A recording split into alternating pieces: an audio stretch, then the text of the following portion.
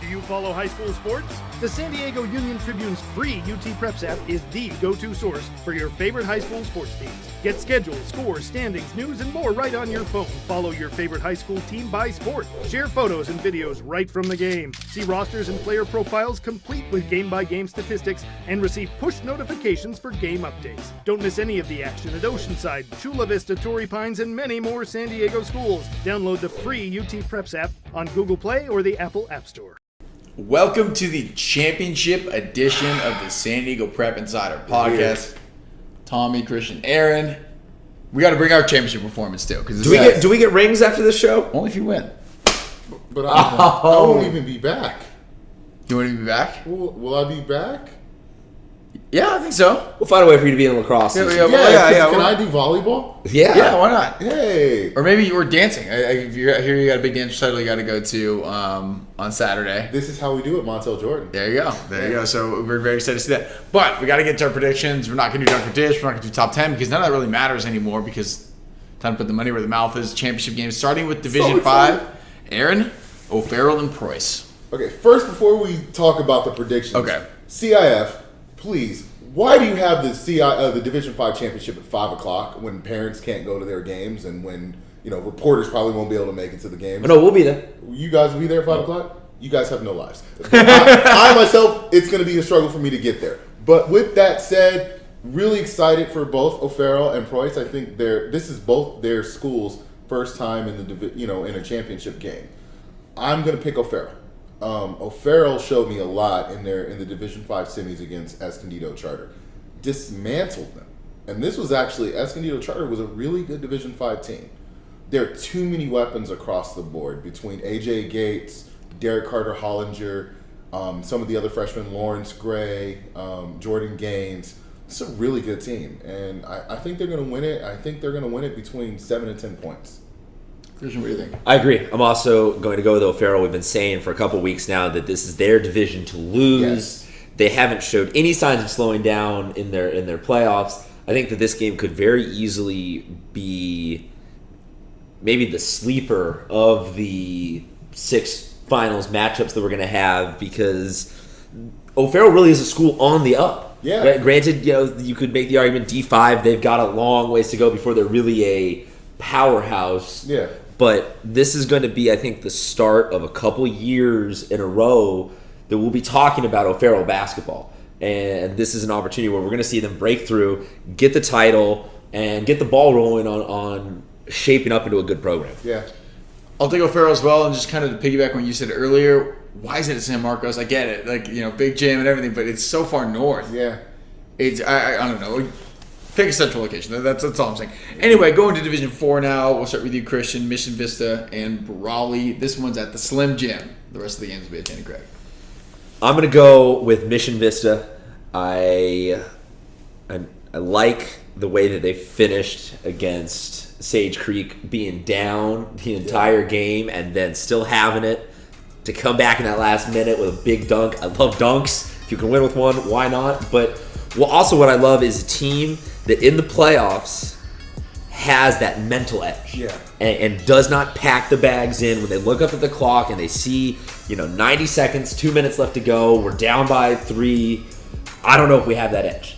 They didn't show any signs of slowing. And to me, that's a team that you can't sleep on. Yeah. I'll take Mission Vista as well. Burke Twyman he had a kind of a slow start to that game last night or a couple nights ago against CH Creek. Turned it on in the fourth quarter, and that's a good sign to me. Not only for him, for the team. So I don't know. What do you think, Aaron? It's really difficult to predict this game because you don't get a chance to see Brawley too often. An Imperial County team. What we do know is that they beat San Ysidro earlier in the year, and then San Ysidro avenged that loss later, I think the same day, in the championship of that Imperial tournament.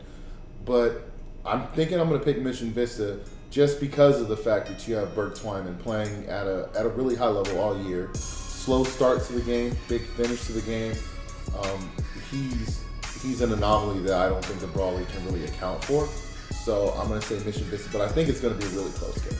Absolutely. That'll be a good game, too. And kind of like we were talking about with Central earlier, those teams from, sort of towards the Valley, you don't really know because we don't get to see them as often. So Yeah. you just kind of got to rely on their stats, that kind of stuff. So moving on to Division 3, I'll start with this one. It's Bonita Vista playing Madison. I will take Madison. Guys, what do you think? Please, I want to know what that reaction was. Man, I just, because my Division III predictions are literally a dumpster fire. Just, Madison, Bonita Vista, hats off to you guys for proving all of us wrong all year, except for Christian here. He's been a big Madison supporter. I'm going to get on the Madison train on this one. I think Bonita Vista has had a really good run, upsetting Ramona, and at Ramona, the top seed in Division III, which looked like they were going to run away with it all. But Madison's defense, their size in the post with Jared Rivera, I think is going to really be kind of a game changer in this one. And then just the fact that guys like Ethan Anderson are really stepping up this time of the year. I think Madison wins, but again, kind of the trend with Division IV, it's going to be a really close game throughout and probably an unpredictable finish, but I'm going to go with the Warhawks. I gotta agree. From that dumpster fire of a bracket will arise the flaming phoenix of a Warhawk that is Madison. Bird call. Bonita Vista is the giant slayer right now, so you got to give them a lot of credit. It's going to be a hard-fought game, but in the realm of hard-fought games, Madison all season long has been a very even-keeled team. Mm-hmm. You know, they make the big free throws. They don't miss on fast break transition points. And to me, that says when it comes down to it, yes, the Bonita Vista might have gone way up and way down and had both games on either end of the spectrum, but I'll take the reliable, consistent team to keep doing it again and again and again for one more game. Game balls to a couple of guys. I think we're going to mention them. Atoa Fox, big-time football talent. Sage Crawford, junior for Bonita Vista. He was academically ineligible to start the year. I mean, we've had this talk before. If you don't get grades, you can't play. Got through all those problems, has had a torrid run through Division III. So hats off to him. Yeah, so that might be the difference there in that finals. Moving on to Division II, Christian, a game that you might have circled to look at. It's the Battle of La Jolla. La Jolla playing La Jolla Country Day. First off, this is a matchup of unprecedented magnitude. Yeah. Like a game this important has never happened in sports history. This is perhaps the epitome of why sports was invented by the ancient Greeks. And what this game is going to come down to, in my opinion, is depth. We can talk about Brawley and Preuss and Langborg, and we can match up starting fives, tit for tat all you want. Both teams are really good.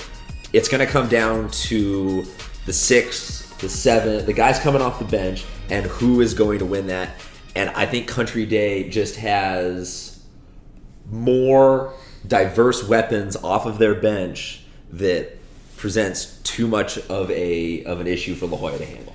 I'm going to pick Country Day as well. I thought that they would have a tougher time with RB. They did in the first half, and then all of a sudden, like we saw in your highlights that you so beautifully put together, they kind of ran away with it. Yeah, they ran them out of the gym. Yeah, and I think that RB is probably a bigger challenge than La Jolla, so based off that, I think Country Day should be able to take this. I think it's going to be a little closer. Just again, we talk about La Jolla like top to bottom. They don't have like a 6'9" guy. They don't have, one huge presence, but they do go 6'3", 6'4", 6'3", 6'5", and 6'6".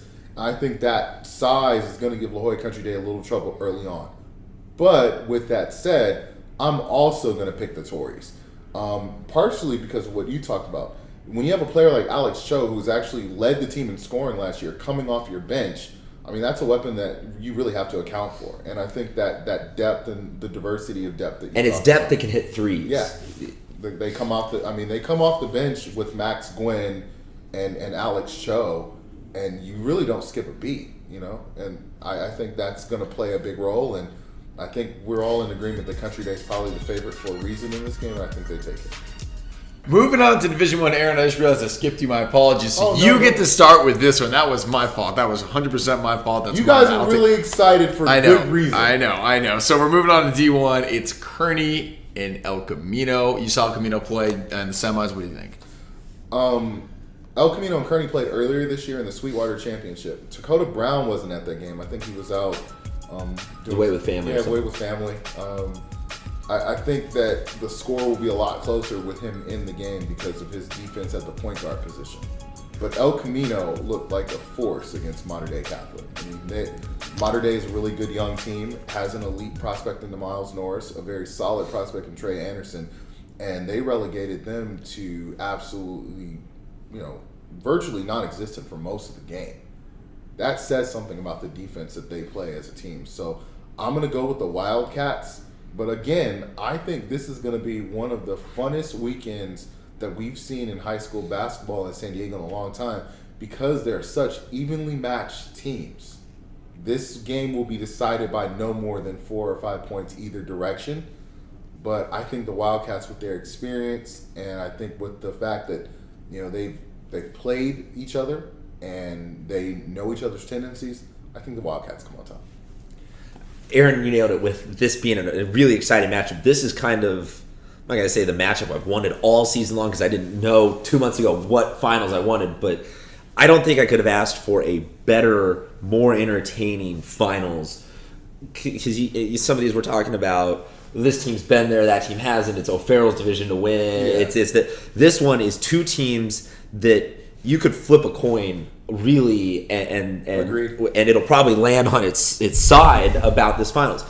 What I see when I look at this though is, and excuse me for maybe being a little sports cliche on this, but if it's a high scoring game, Kearny wins.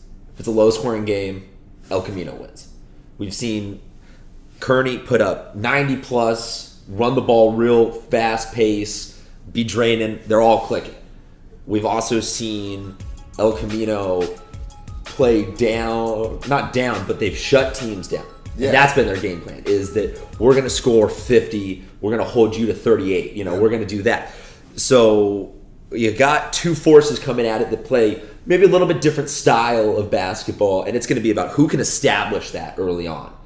I think El Camino has a little bit of an edge just in the overall talent and maybe the mental aspect just a touch, but it's going to come down to end of the first quarter, who makes that first big adjustment, and who's able to turn the corner and adapt to the other team.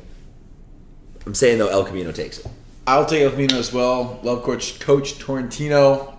Yeah. He's a gem here in San Diego. I think he'll be able to figure it out. One quick thing I wanted to add about that matchup, I think a lot of it's going to come down to the interior between Robbie Robinson and Trevor McFeely. El Camino doesn't have a lot of size, but Trevor McFeely did an excellent job against Miles Norris. So if he can replicate what he did against Robbie Robinson, who is, he's a problem. I mean, 6'7", does a lot of really good things.